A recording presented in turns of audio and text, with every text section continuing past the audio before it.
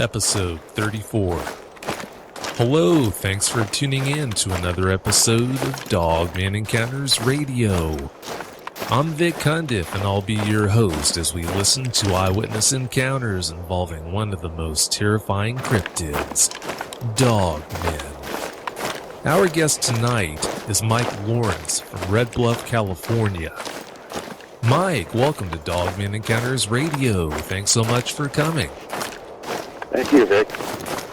Please give us a brief bio on yourself. Well, I grew up in Cub Scouting. I've gone all through Boy Scouts, just missed my Eagle. I got too involved with girls and didn't get to finish that out.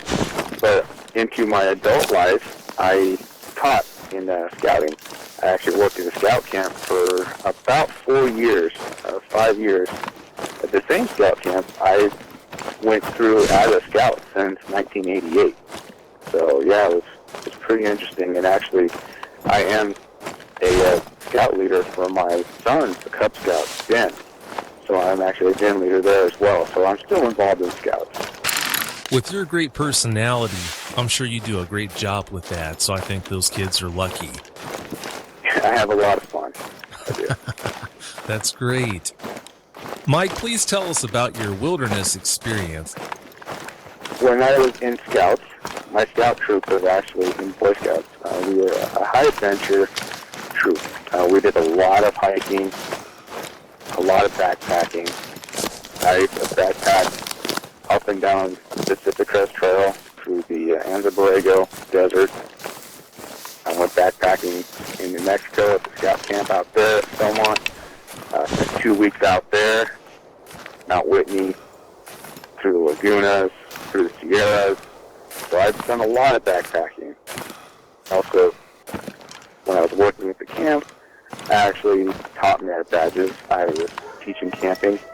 I taught wilderness survival, Indian lore, and a little bit of pioneering, which would be like nut tying and stuff like that.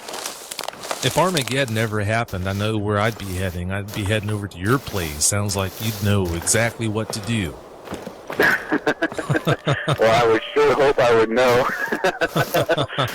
Before your first Dogman encounter, Mike, had you seen or experienced anything strange in the wilderness? Never.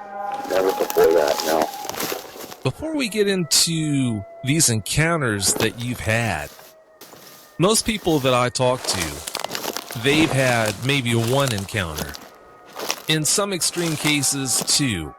But with you having had more than 2 encounters, that puts you into an elite category, to say the least. Your encounters have affected you above and beyond not being comfortable in the woods anymore.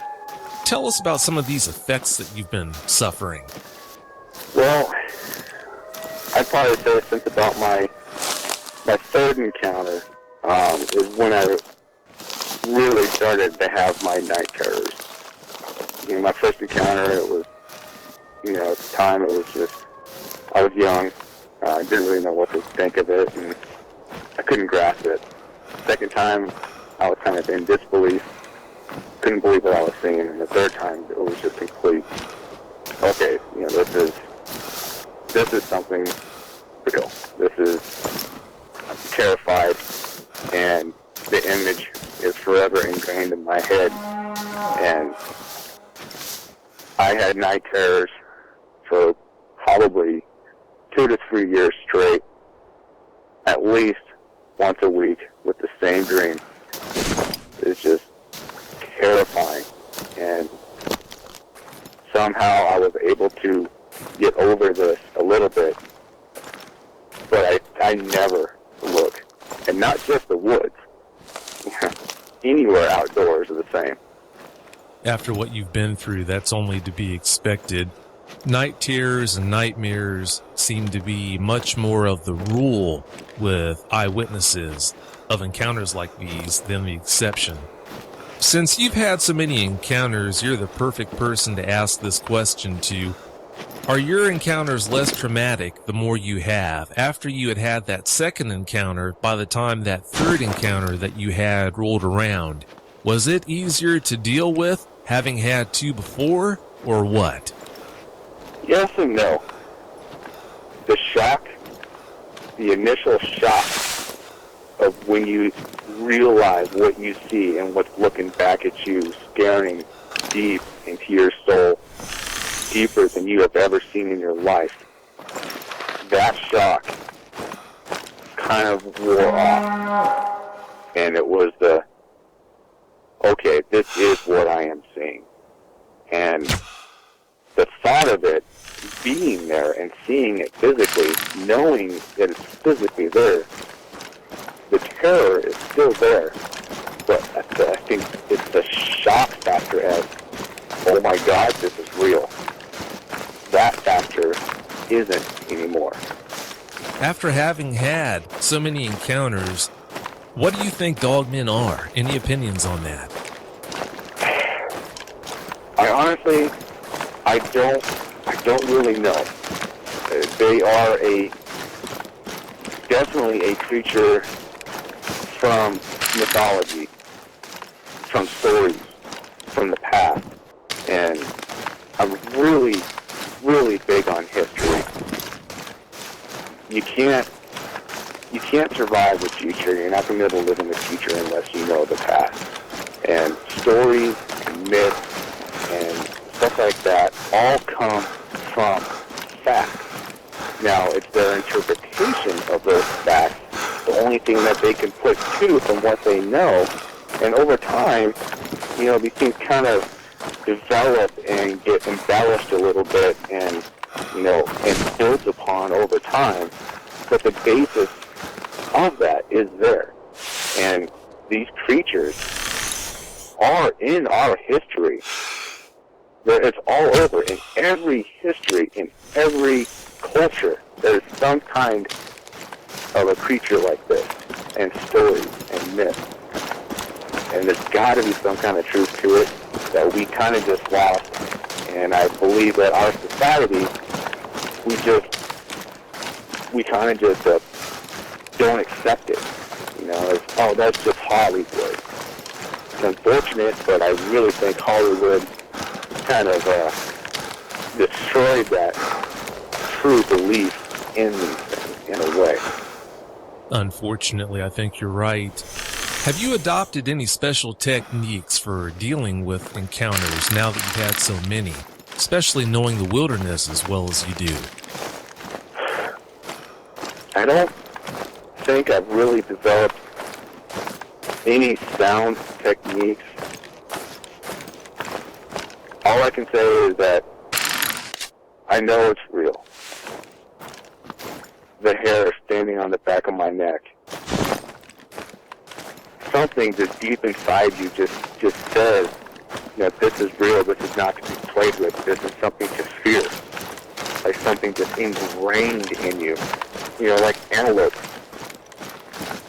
scared to death of lions, and it's that primal fear that you are prey. And I think that's ingrained in us, and I know it's there, I realize it's there, and it kind of keeps me calm in a way that out of the encounters that I've had, I'm here to tell my story. If they really wanted to have a buffet with me, there was literally nothing I could have done to stop it, or walk away from it, or tell anybody. Nothing. And I think that kind of, in a way, kind of keeps me calm, because I don't think these things are there to just straight kill us. If that were the case, you wouldn't have a show. I think they're just as curious as we are. But at the same time, if they're in their hunting mode, game over. Oh, I couldn't agree more with that. As you already know, that's something that I like to mention to eyewitnesses. You know that from all the talks that we've had about your encounters and your situation or whatnot. Like I told you, if you have a dogman encounter and walk away from it in whatever fashion, it's because the dogman allowed you to, in my opinion. With the apparent lack of effect gunshots have on them, if they wanted to hurt you or kill you, then I don't see how that would not happen. Not a happy thought, but I think it's a true thought. What would you say, Mike, to people that want to see one? Why? Why would you want to do that? Why would you put yourself in that situation? And listening to the stories and listening to people's fears, especially seeing these things, looking in their eyes, it's not a game. You know, this isn't snipe hunting. You know, this is something you don't want to be meddling with. If you happen to see one by chance or by accident, take it as that. I would not want to go out looking for these things on purpose just to see one. From my experiences and from my awareness, when I see it, there's always more than one. You may not see it. You may not hear it. You probably can't even smell it. But I'll guarantee you there is at least another one there. From my multiple experiences, that awareness that you have, when you see that, you have that same feeling somewhere off to the side or behind you somewhere. And you feel like a hamster in a cage with it wide open as a hungry cat just sitting there just staring at you. It's a situation you don't want to be in. You really don't. And it's silly to think that you would want to go out and see this or try to prove them right. Just take these people's words for the truth. Take it as it is. It's a game you don't want to play because you might get dealt the wrong hand. Mike, let's move forward and start talking about your encounters that you've had. We've got a lot to cover here tonight. The first encounter I'd like to talk about is the one where you were on the overlook with your girlfriend in the pickup truck. Please start at the point where you were heading to this overlook. Talk about what happened from there all the way through getting home. It was early spring. Beautiful day. You know, me and my girlfriend, we like to go out this overlook out where we lived. Beautiful overlook. It's just a long dirt road. It's like a BLM road. It overlooks our entire valley, and on a clear night, you can see all the way out to the coast, all the way out to downtown San Diego. And it's just beautiful lights and canyons, and just beautiful. And clear sky, barely a light breeze. We were headed down the road, and we get out to our normal little spot there, and we get out, and we get in the back of the truck, and we're kind of just sitting there just talking, and just kind of looking around, just, you know, doing boyfriends and girlfriends do at a lookout. And I got this feeling that something wasn't right. Felt like someone or something was watching us. And I kept looking off to the bushes, you know, the shrubs back behind us, and up in that area there's a lot of manzanita, sumac, shrubs like that. I couldn't see anything, but I felt something there, and it was just eerily quiet. it wasn't supposed to be that quiet. We couldn't hear a cricket. Normally, there's tons of crickets out there. There's also a creek down at the bottom down there. So there's frogs. You can hear frogs every once in a while. Tons of lizards. There was nothing. Just silent. You could hear a pin drop. He dropped it in the sand. She got scared. She got nervous. She said, she told me, she said, Mike, I don't feel right. I don't feel safe here. There's something wrong. Like, let's go. And I said, okay. And I looked back at where I had this feeling coming from, and I see a head with pointy ears. And I thought it was just like just a big dog or a coyote or something, like just right on the top of this little ridge, just peeping its head over, and it would kind of go down a little bit. I could still see the tops of its ears, like it's trying to hide from me, just looking through the leaves. And so I said, okay, I helped her out of the truck, kept my eye right where I saw it, and I let her walk onto her side of the pickup, and I kept looking at it, and kind of just peek up just a little bit, and then go back down. And I got this feeling that, like, I'm being hunted. Like, that gut feeling in your stomach just drops. And you feel yourself just go pale. I kept looking at this bush, and I walked backwards to my side of the truck.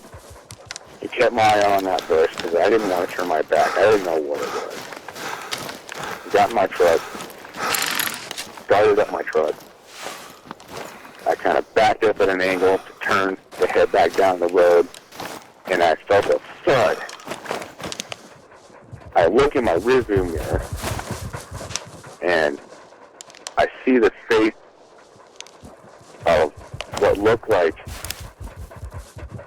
a giant coyote. It was more like a coyote look. And its eyes were just reflecting the light of my backup light of my truck, just red. Like piercing red. Looked like almost like brake lights.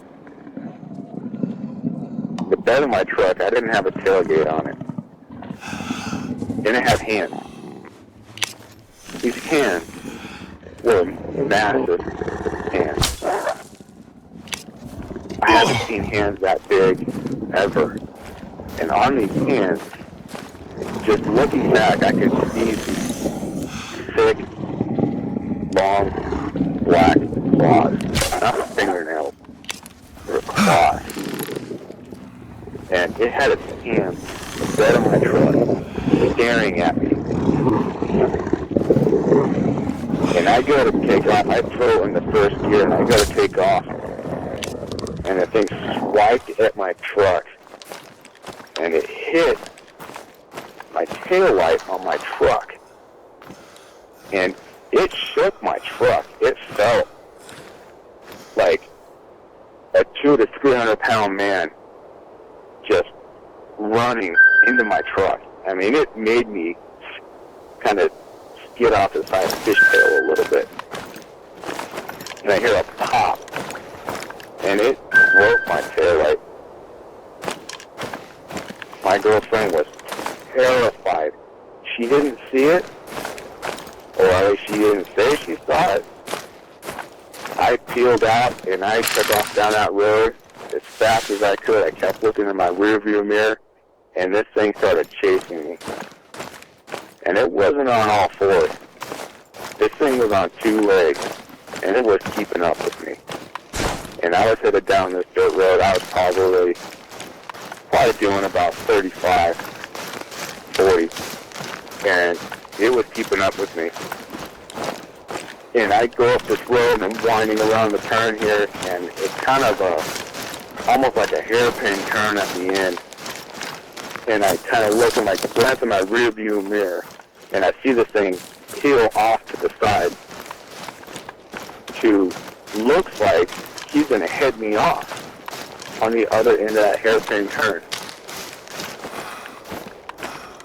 Being terrified, and as this thing just hit my truck, made me stay still as I'm trying to drive away. I didn't want nothing to do with this thing.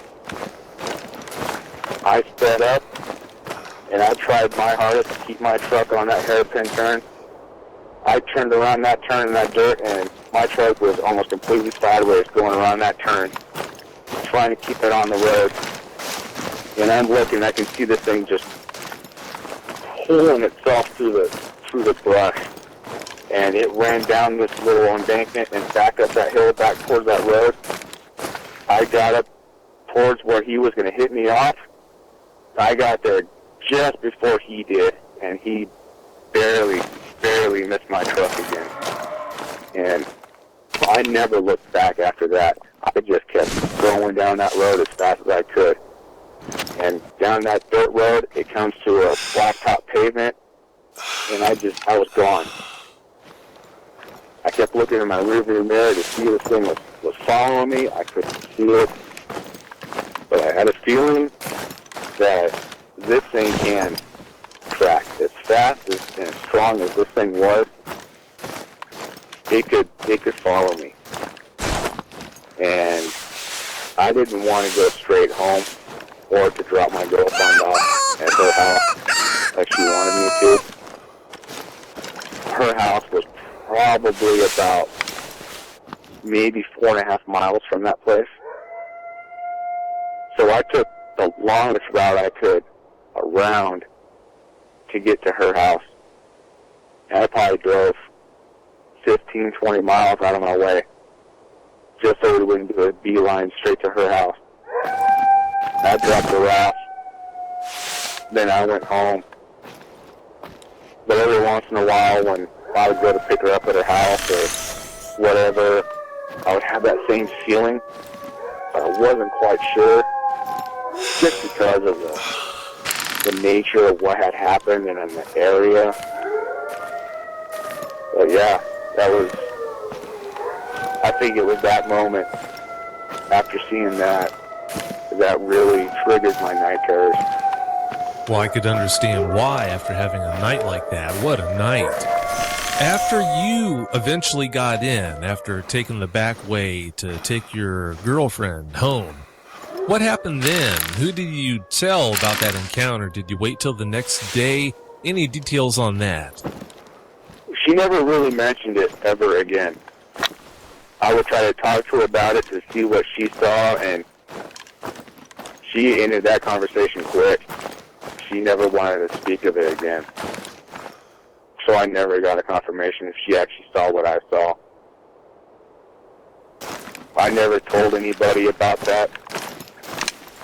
Just being out of disbelief and my past experience by suggesting to somebody or telling somebody what I really saw, I kind of kept it to myself. Well, I can't say I blame you.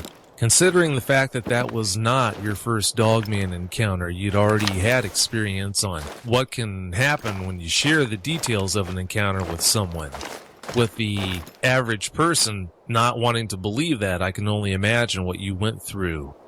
Now, having shared that particular encounter, let's move on to the encounter, if you don't mind, that happened when you were walking down that road alone that night, heading back towards camp.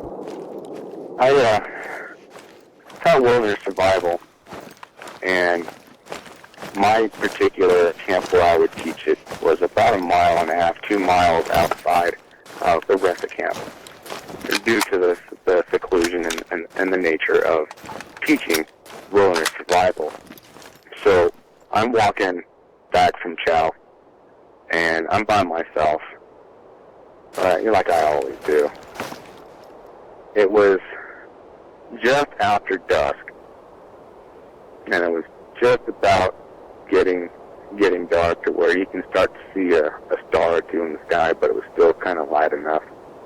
I never walked with a flashlight. I could see pretty well in the dark. I've got some pretty decent night vision. Now I'm walking up this road by myself, and I'm used to listening and hearing everything around there, and I know the sounds, and I know what creatures are there, and what stirs, and what makes noises. I'm walking up the road, and on either side of this road, there's just tons of black oak. It's just littered with dry leaves. The ground is probably 3 or 4 inches thick of just really dry leaves. I mean, it's almost impossible to walk through those leaves without making a sound. Walking up the road, and I can hear the leaves kind of just crunch, but it was matching my steps. I thought it was kind of weird. I'm walking on blacktop on a 2-lane road, and I hear leaves, like I'm walking on leaves, but it was a heavier walk. It wasn't like a person was walking through the leaves. It sounded heavy. I stop and I listen, and I don't hear it. And I take another step, take another one, and I start to hear it again. But this time, I hear it closer, like it's right next to me, pacing me off to the side. And I stop again, and I will kind of look over. I can't see anything. The canopy from these black oaks just makes the ground just really, really dark. You can't see under that canopy. It's really, really hard to see. You really got to pay attention to the shadows and the silhouettes that you can kind of make out off the leaves, off the ground. And you just got to pay attention to movement. I can't see anything. I continue walking. I don't hear it for a little bit. And then I hear it again. And this time I keep walking, turn around, and I see the thing jump out onto the road behind me. Probably about 75 yards. Yeah, it's really hard to tell a distance in the dark. We used to pull pranks on each other a lot. You know, that's what we did. Always pulling pranks on each other. And, you know, somebody being out and that far out, oh man, you can imagine the pranks that you can pull on somebody to make them terrified. So I'm looking and I'm standing there, I'm kind of cockeyed on the road, and kind of standing at an angle, kind of just sitting there just looking, and it's kind of crouched down. It kind of stands up a little bit, and I see that this thing, taller than me, and it's not standing all the way up. And I notice that the legs aren't bending right. It looks like he has almost like dog legs. It's bending backwards. But they're massive legs. Like, they're not like skinny legs. They're like massive, like the size of a bodybuilder legs, but bent like a dog. And at that time, I'm thinking to myself, oh. And it kind of kneels down a little bit, squares up to me, and it still is just staring at me. And I kind of square up to it to get a kind of a better look at really what I'm seeing. And when I squared up to it kind of knelt up a little bit, had its one arm kind of just sitting on its knee, and one arm, his right arm, was kind of sticking out a little bit, and his left arm was kind of sitting on, I guess, his knee, almost like a ready stance for a sprinter. And I'm thinking to myself, oh my God, is this really happening? Just when I'm getting ready to run or scream, I hear truck tires and headlights heading up the road. And this thing turns and it looks back at me and jumps from the center of the road about 30 feet off the road down into like a little ravine where a little creek off to the side of the road. And on that side of the road, there's just stinging metal and poison oak and just thick brush. And it ran through there like somebody just running through a lawn, like a grass lawn, like it was nothing. Just ran right down that ravine. I hear it splash through the creek, a couple steps up a bank, and then I didn't hear it again. Gone.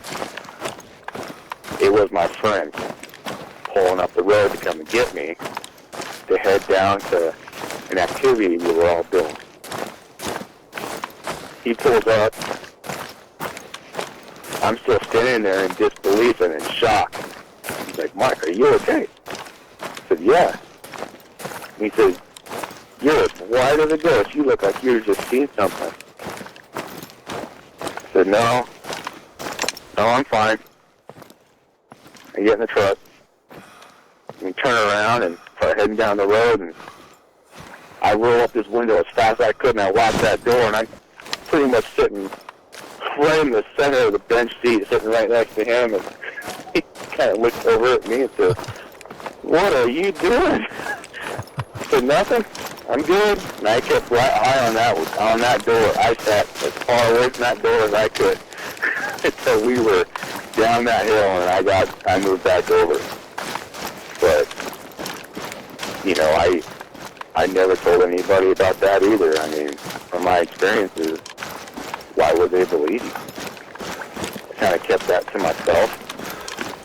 I was still in shock and disbelief.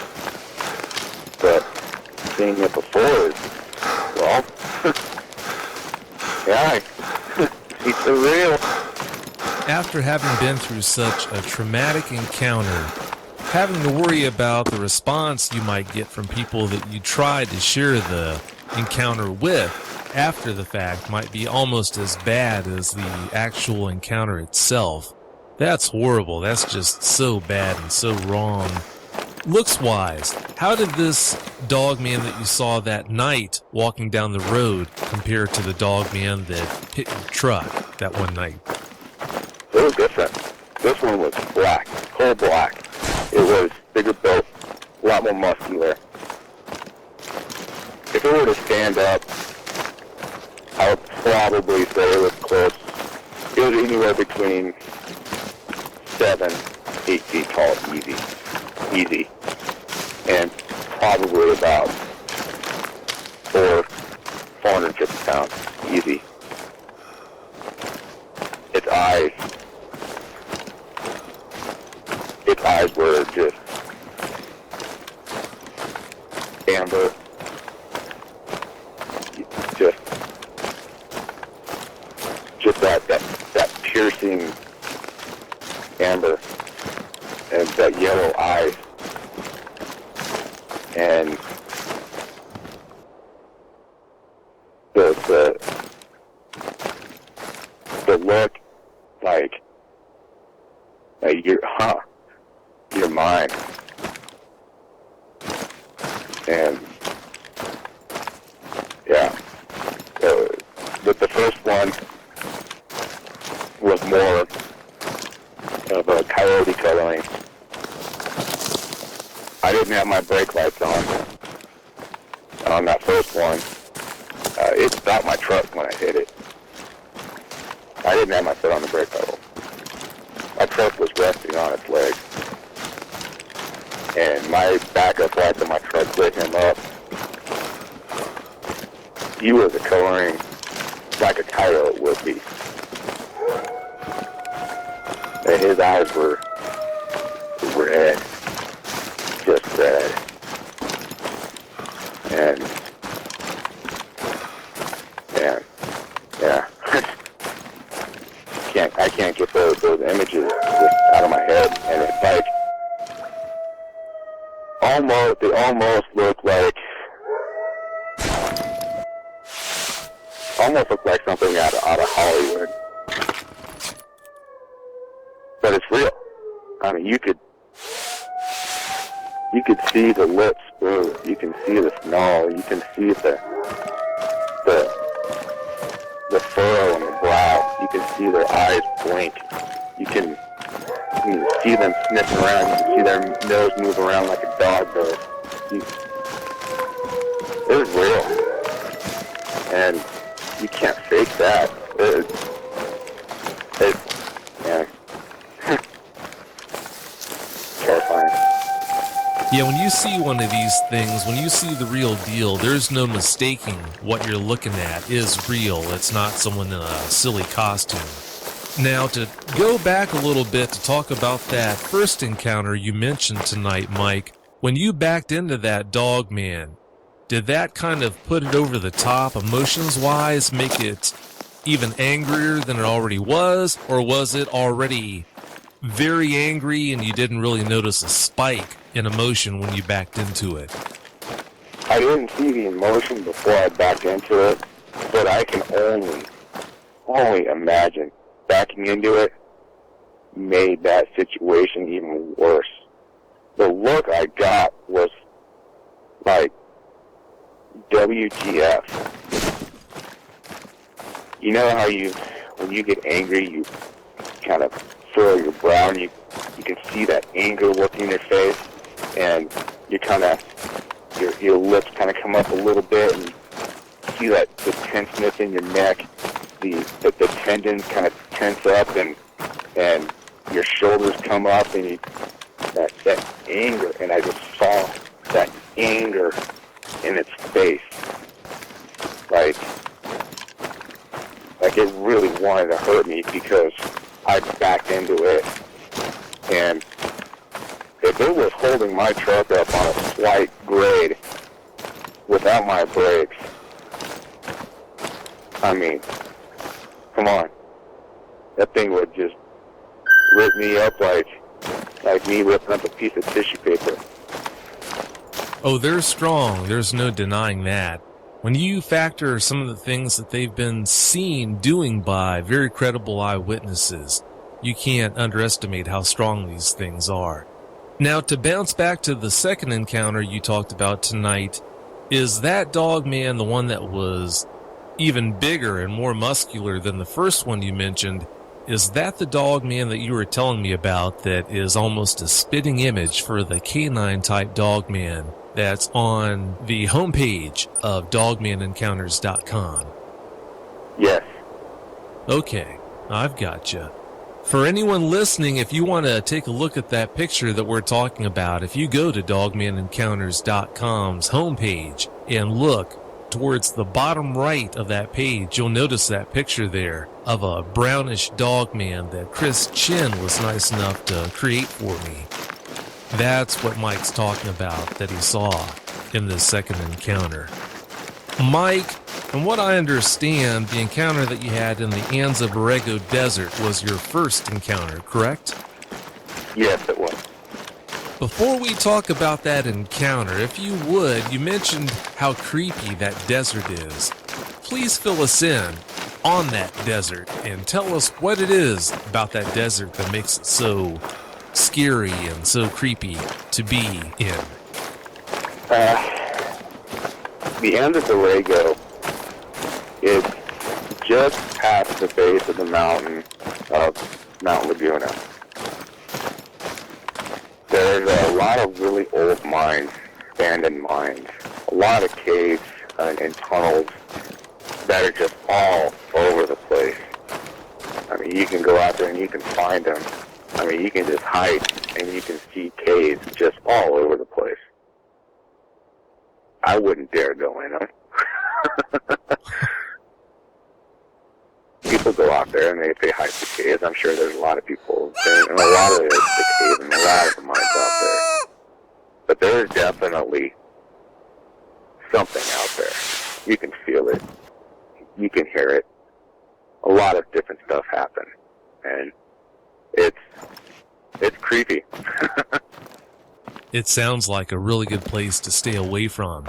Well, Mike, if you don't mind, please go ahead and tell us about that encounter that you had there. In my opinion, that encounter's got to rank right up there within the top 1 or 2 scariest dogman encounters I've ever heard. We were, it was my first backpacking trip. We were all together as a Boy Scout pack. We were all young Boy Scouts. We just got into Boy Scouts and graduated into Boy Scouts. I think we were tenderfoot at the time. So our scout leader took, 5 of us, I think it was, out to the Goat Canyon Trestle. And we drove down the wash, as we were headed out there. And we got about halfway down the wash and we said, okay, well, we're going to hike in from here. We're like, what? So we hiked down the wash. It was probably just after the beginning of spring. So it was still pretty cool out there, but it wasn't over 120 degrees in the desert. I mean, it was, for a desert, it was cool. It was probably about 80, 85 maybe. So we hiked in, being our first backpack trip. We were digging it really hard. We were sweaty and exhausted. Got in there and got to where we kind of wanted to hike up to the trestle, and so we made camp. It was off the side of the wash. So there was a lot of sand out there and stacks of rocks or piles of rocks all over the place. We set up camp and we had dinner and sat around the campfire and told jokes and stories. And we all decided to turn in for the night. So still being kind of warm. We didn't have the rain cover on our tents because it was crystal clear skies that night, and just so happened to be a full moon, so which really lit up that desert. I mean, it was almost daylight. And if anybody's been out in the desert on a full moon, you can do anything without any light. It's just crystal clear, and it is bright as day. So we didn't have that rain cover on, and we were still pretty warm. And my friend who was bunking with me in the same tent, we decided to unzip our door. It didn't have a window on it, but it was a nice light breeze, and so we kind of zipped it down about halfway down, and we turned in for the night, and we were sleeping, and I wake up in the middle of the night. I'm guessing 1:30 in the morning. Everybody's sound asleep. And I hear, like if anybody's walked through a dry wash, but the sound of footsteps and like a decomposed granite sand. It's a rough sand. That sound of footsteps. It wasn't heel toe. It was more of a through the sand. And there were broad steps. They were large steps. I hear it getting closer. I couldn't make out what it was. First time I've ever been out in the wilderness. I was 15, I think, at the time. 14, 15, something like that. So I'm trying to think what it was, and then I thought maybe one of the scouts or my leader was out going to the bathroom and just walking back to his tent. But then kept getting closer and closer, and I can hear a deep, like sniffing sounds, but they were deep, like they were massive lungs, and I'm starting to get terrified. So I'm not making a sound. I'm laying there just as a board. And then all of a sudden, I hear one more step closer to my tent, and then just inches away, my head is laying against it towards the back of my tent. Inches from my head, probably 5 inches, 6 inches. Side of my tent goes, and I can feel the back of my tent just pressed down on the back of my head. I'm terrified. And I'm sitting there and I can hear it sniffing. I look up. As I look up, I see this thing lean over my tent and look down right at my face. He is standing right above me. All I could see, what looked like the one I backed into. The coyote type of look looked like a giant coyote just looking down on me. And the eyes were reflecting like a amberish color. Couldn't see the pupils, but as I was looking around, I could see his eyes moving around. It would kind of turn its head a little bit and sniff around. It would move its eyes around, and I could see it reflecting in the moonlight. And it's looking down on me. The look on its face was more of a, what are you doing here? Like, what is this? Curiosity type of look. And I'm staring at it and staring at me. And then I hear the zippers on my tent slowly going down. I don't want to look. Terrified. So I kind of looked down with my eyes, kind of tilted my chin down towards my chest a little bit so I could see down. I saw these hands that weren't people's hands. They were lanky, long, thick fingers. Almost like a mixture of if you were to take a wolf's paw and stretch out their toes and make them like fingers. And these claws as wide as their fingers and thick and black. Pull down my door on my tent. And this thing steps in to my tent.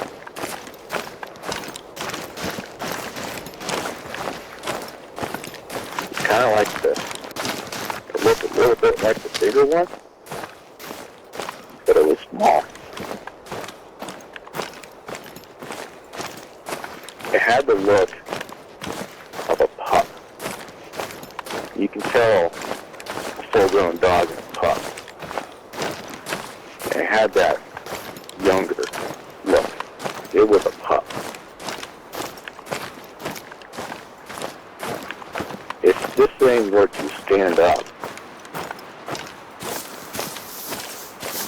it would probably probably be maybe 4 feet tall, maybe 4.5. Really wasn't that big.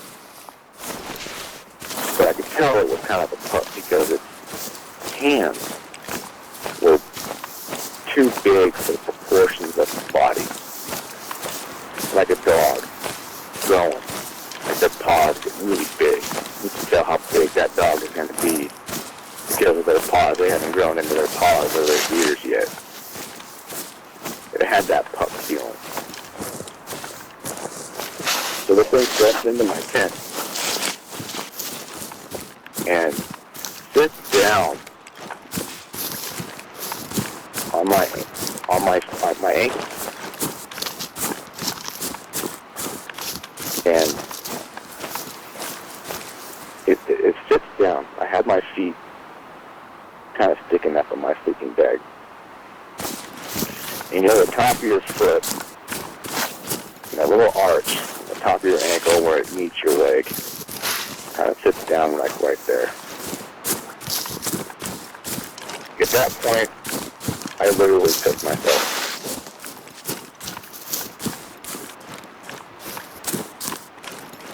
It sits down on my ankle.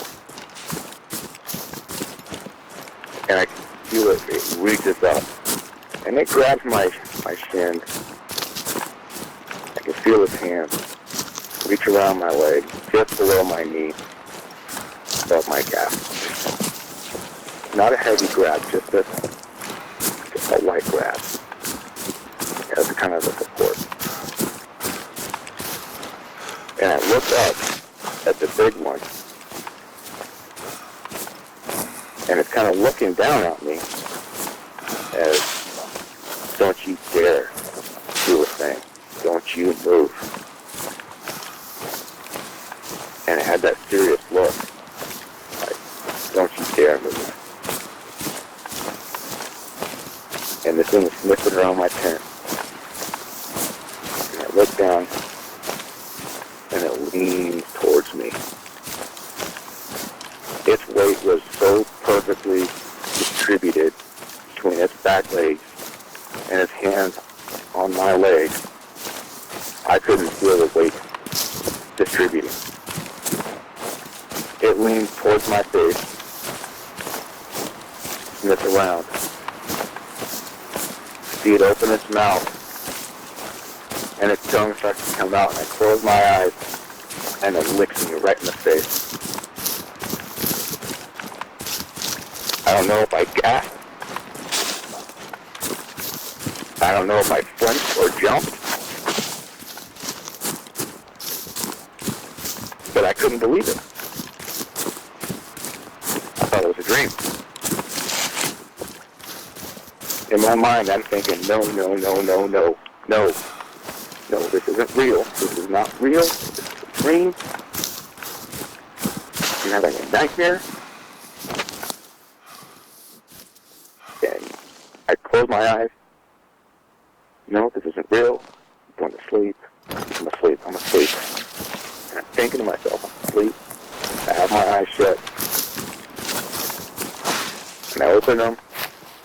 Still there. I'm not asleep. That really happened. My friend was laying next to me. He rolled over, just like he's doing in the middle of the night, just kind of rolling over, and I think it startled him.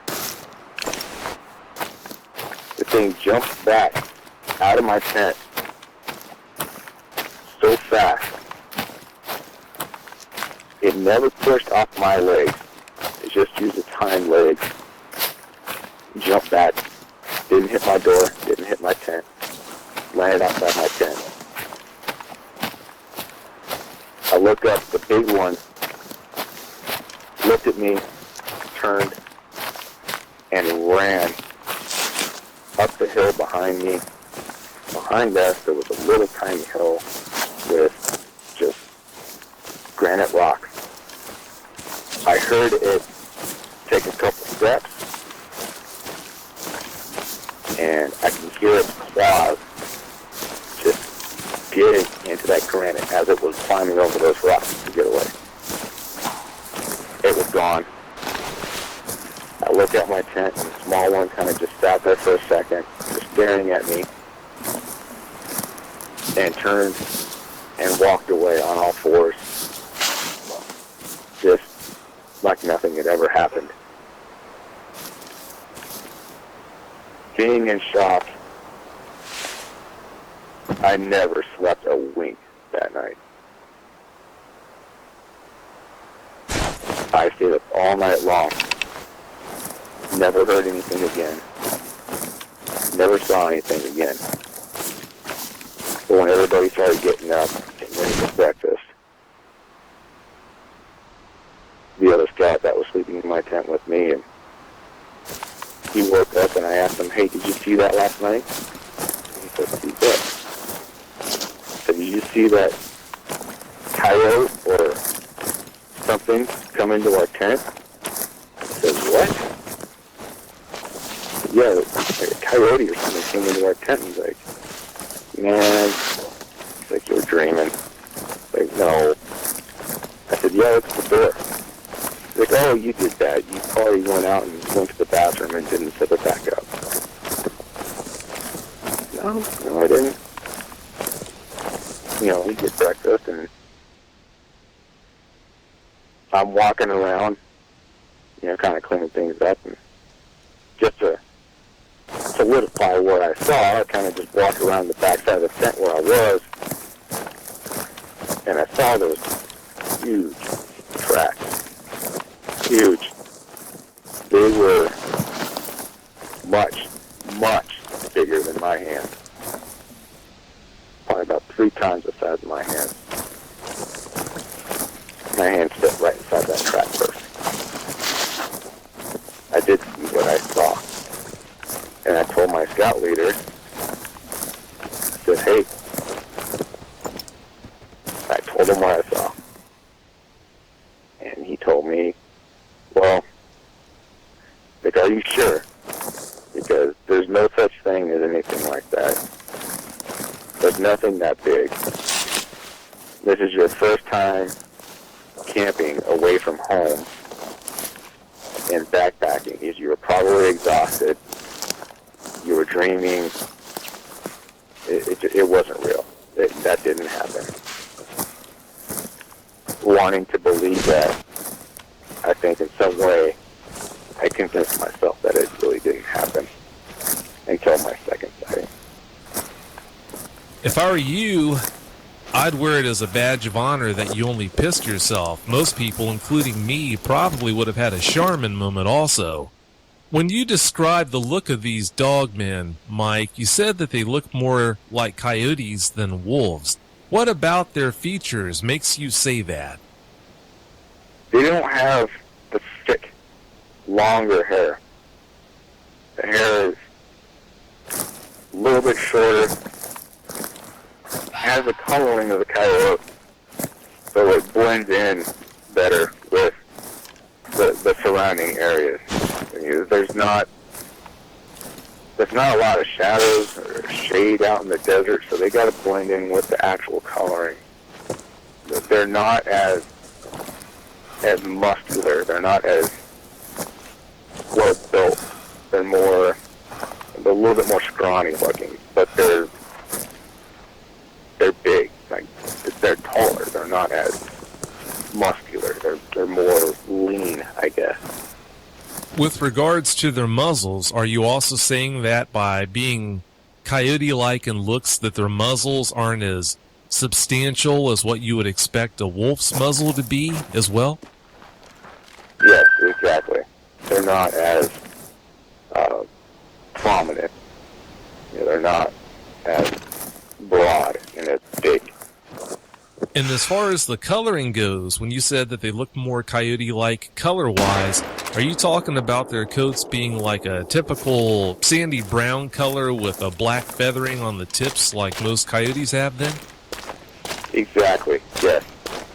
Yes. My next question for you is, having had all these encounters that you've had, what kind of changes have you made in the way you operate out in the wilderness to try and compensate leave yourself as prepared as you can, because from what I understand, even though you've had these encounters, you haven't sworn off the wilderness. You still do go out from time to time.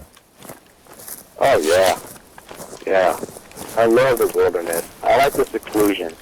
You know, I like the sounds, the smells. Just being out, you know, out there. It's comforting, even though they're there. It's comforting just hiking for me. It calms me down. I love it, and I'm never going to give it up. Just being aware that they're there, I know that they're there. Having these encounters kind of built an awareness with me. You know, I've been around bears. I've been around mountain lions. I've been around a pack of coyotes. I've been around these types of predators, and never, ever do you get that feeling that you are prey. But when you're around these, it is a primal fear that is ingrained in you somehow to fear these things, and you know that they're there. When they're there, you know it. Even though you can't see it yet, you know it's there. And it's that awareness and that fear that is always there when they're around. And so when that comes back, you know there's something there. But with being out in the wilderness, you know, hiking and whatnot, I definitely keep my head on a swivel. You know, I'm looking up, I'm looking down, I'm looking all around me. I always look over my shoulder. I never, ever look straight ahead. My eyes just don't keep looking straight ahead. I don't. Being out there and seeing these things kind of makes you appreciate your peripheral vision, because your eyes can play tricks on you, and shadows can play tricks, but your peripheral vision is your true vision. And when you see something there in your peripheral vision, it's there. So I rely a lot on that. After your first encounter, are you able to get any sleep in a tent when you camp out now? If you could, it would be a miracle in my opinion. Don't get me wrong, it's tough. It's tough. But I do. You know, I calm myself down, kind of just relax, and, you know, like I said, if they really want you, it tends not to stop them. A truck or a car is not going to stop them. I mean, there's nothing you can do. And why live your life in a constant fear? There's no way to enjoy life and to enjoy the things that you love. And just knowing that they're there and being aware, just being aware of what's in your surroundings. I mean, not just in the woods, just anywhere. You know, that kind of gives me a little bit of comfort. And I do get sleep. Don't get me wrong, I still wake up a lot in the night, but I realize what's really there and go back to sleep. But I tell you what, man, my hunting knife is never far from me. I sleep with it in my sleeping bag. Oh, I can't say I'll blame you one bit. Is that all you take for protection, is your hunting knife, or do you also always have a firearm around when you're out in the wilderness? I don't have a firearm with me out in the wilderness. You know, it's why. I don't think a firearm is the right answer. You know, granted, it is good for protection for something that can be taken down with it. But, you know, just knowing what I know now and just the feeling I got from these things, there's nothing that you can do. I mean, the firearm's not going to stop them. Unless you have, like, maybe a 50 caliber Barrett sniper rifle, but even then, who knows? You know, but a knife, you know, maybe I can hurt it and cut it, or maybe I can get lucky. But I don't want to accidentally shoot something that didn't need to be shot. Well, Well, given the past history of people that have tried to shoot one of these things, maybe all it would do would be to make it angrier. So maybe you are onto something by not taking a gun with you in the first place. Now, through the course of all these experiences that you've had here, Mike, with dogmen, you mentioned the sniffling/snuffling sounds that the big dog man made as it walked up on your tent. You also mentioned the sniffling sounds that the smaller one made when it got ready to lick you on the face. But through all of your encounters, did you ever wind up hearing and seeing at the same time any of these dogmen make any sounds?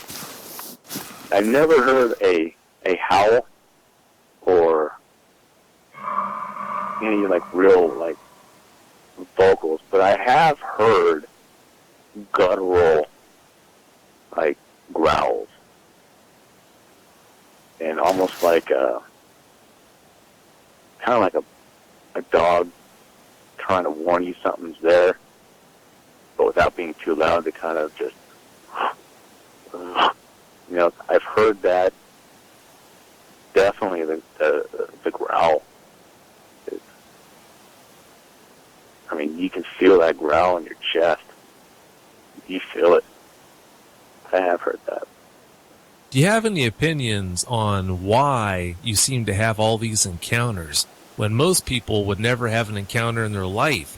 A scant few will have one, but for you to have 3 dogman encounters, any idea why you're so lucky? Before you answer that, I do want to say that for some reason, some people just seem to get on their radar, and they do have repeating encounters with these things, but I wanted to get your take on it.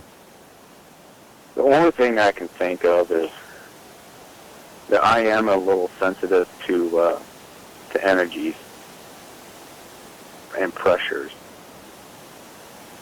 Like, I can feel shifts in pressures and different energies. I can feel presence of air. Maybe it's just the sensitivity of my surroundings and what's going on. Maybe that has something to do with it. I've always been like that since a child. I guess my grandmother had it, and my mother as well. They've all been super sensitive to energies. I guess I'm just lucky enough to get it, but unfortunately, probably that has something to do with my fighting. I don't know. I don't have an answer to that. But, yeah, I mean, that could be it. Maybe just also maybe knowing that they're there. You know, my perceptions have changed. It's kind of like when you buy a car or you're looking for a car. You see that car everywhere, but you really didn't see it too much when you didn't have it or you weren't looking for it. You know what I mean? Kind of your perceptions have changed, and you kind of see things now more frequently. Maybe that has something to do with it. That makes sense. That would explain it. My last question for you is, have you heard about any encounters with dogmen in any of those areas that you mentioned having them? Not in the area, not down in San Diego. But I have heard it where I live now. Since joining your site and listening to everything, and now I'm a lot more open about everything. I've actually spoken to a coworker of mine and asked her if she's ever heard of a dogman, and she told me no. But she said, well, what are they? I said, well, I gave her a description of it, and the look on her face was, oh my God. And I said, what's up? Like, you just look like I just hit something. And she said, well, my husband, about 8 years ago, went on a hike with our son. We were just up in the mountains around here, and they were hiking, and he said that he saw what looked like a wolf on steroids. He said, but it looked different. And it had a little bit longer arms, and it just didn't look normal. But it looked like a wolf on steroids, like it weighed like 300 pounds. And I said, well, you know what? That's most likely a dog man right there. And I said, talk to your husband and go check out Dogman Encounters and tell me what you think. And she actually just got back to me today about it and said, my husband turned white when he read some of the stories and saw some of the images and the pictures and said, that is what I saw. So where I live now, there is Dogman in the mountains. So, yeah. That's amazing. The fact that you're working with someone whose husband had also had a dogman encounter. Who would have ever thought that? Although the encounters are becoming uncomfortably more common than I would have ever imagined that they would be. That's not good news at all. Before I ask you to give closing comments, Mike, I want to mention something about next week's show. This is not where the story ends with you. You've got all kinds of crazy things going on around your home. I'd like to have you back, if you don't mind, next week to tell us all about these things that you shared with me that are going on there. Would you mind coming back? Sure, I would love to come back. Well, I appreciate it. I'd love to have you come back and talk about that. Do you have any closing comments you'd like to share with us? I just want to say that if anybody is listening to this and they're in doubt, if this is your first show listening to, start with episode 1. Listen to all the accounts. All the accounts have a lot of similar aspects. And multiple witnesses, multiple sightings, multiple encounters, having the same descriptions, the same feelings, the same emotions. You can't discount that. These things are real.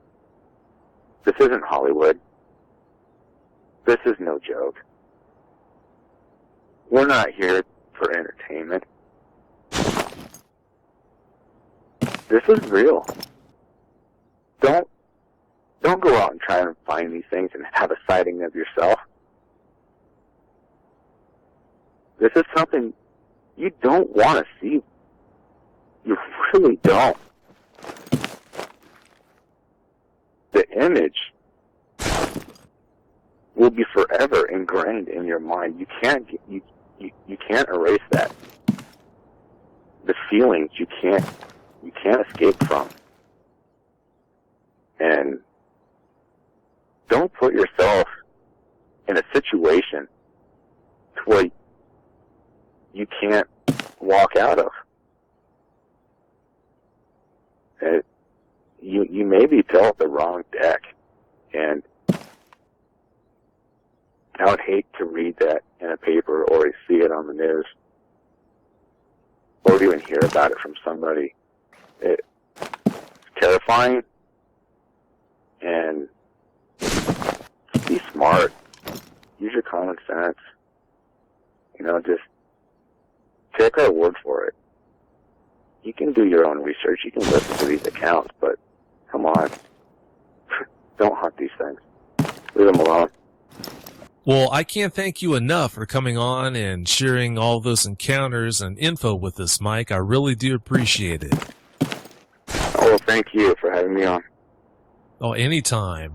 Well, I would say don't be a stranger, but since you've agreed to come on next week, I'll just plan on talking to you then. Thanks again, Mike. Thank you, Vic. I'll talk to you next week.